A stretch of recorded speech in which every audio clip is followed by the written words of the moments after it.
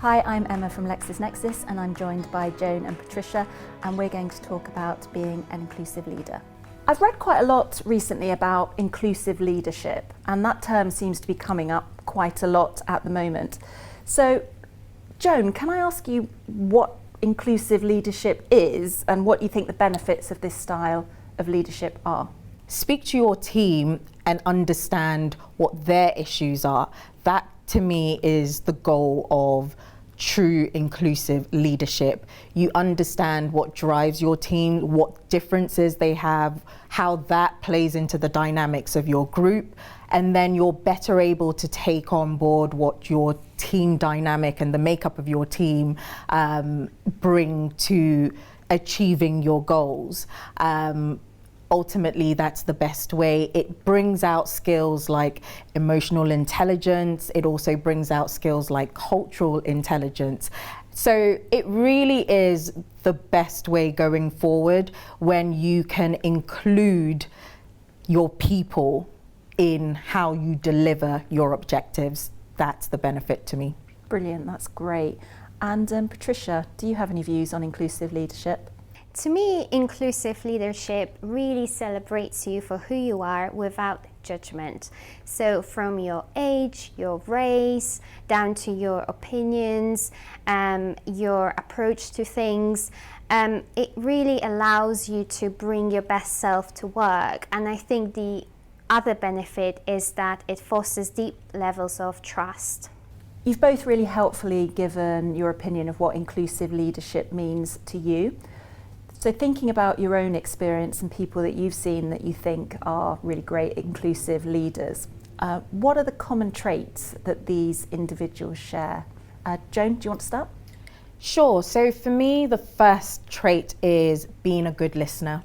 Once you've done the work on yourself, the second thing is always to reach out to your team and actually ask them for their perspective, understanding their differences. So that's where you have to give people the opportunity to talk. Creating that safe psychological safety space means you become a good listener.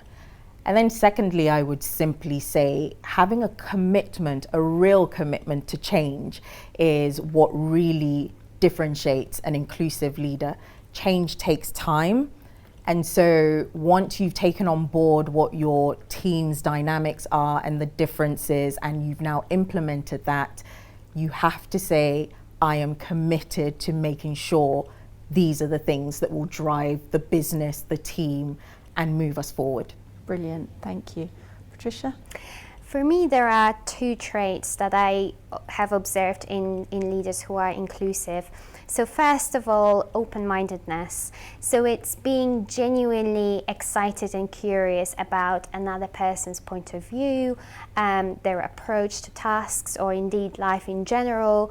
And then really knowing that, taking on board what they're saying, knowing that their perspective is unique and that I can learn something from that, from what they're saying. That's brilliant. And I guess the benefits that come from being an inclusive leader far outweigh the potential work that you need to put in to feel you've got yourself into that type of leadership role.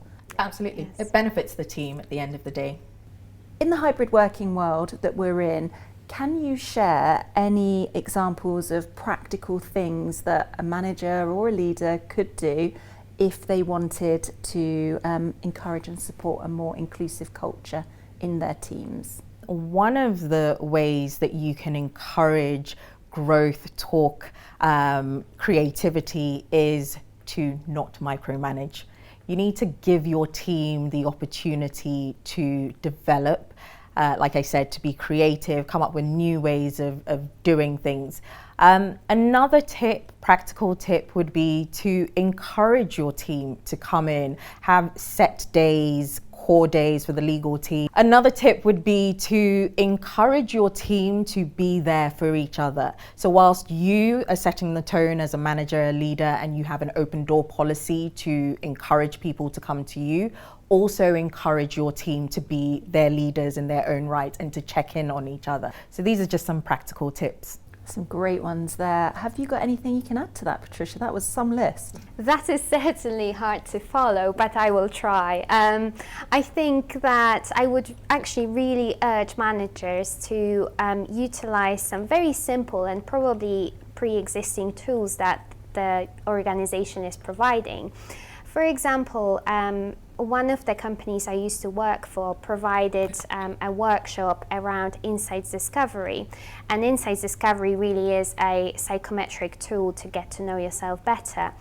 But although it was provided to new starters, one of the teams I used to work with decided to go to the workshop together. And I think that was just a brilliant example of them using this already existing option efficiently, and afterwards they also had a meeting where they discussed the results and how they felt about those results, and had a group discussion around that. That's great, thank you. And I love that idea of a team insights discovery day, because what better way to find out a little bit more about the people that you work with. So that's great advice. Thank you very much.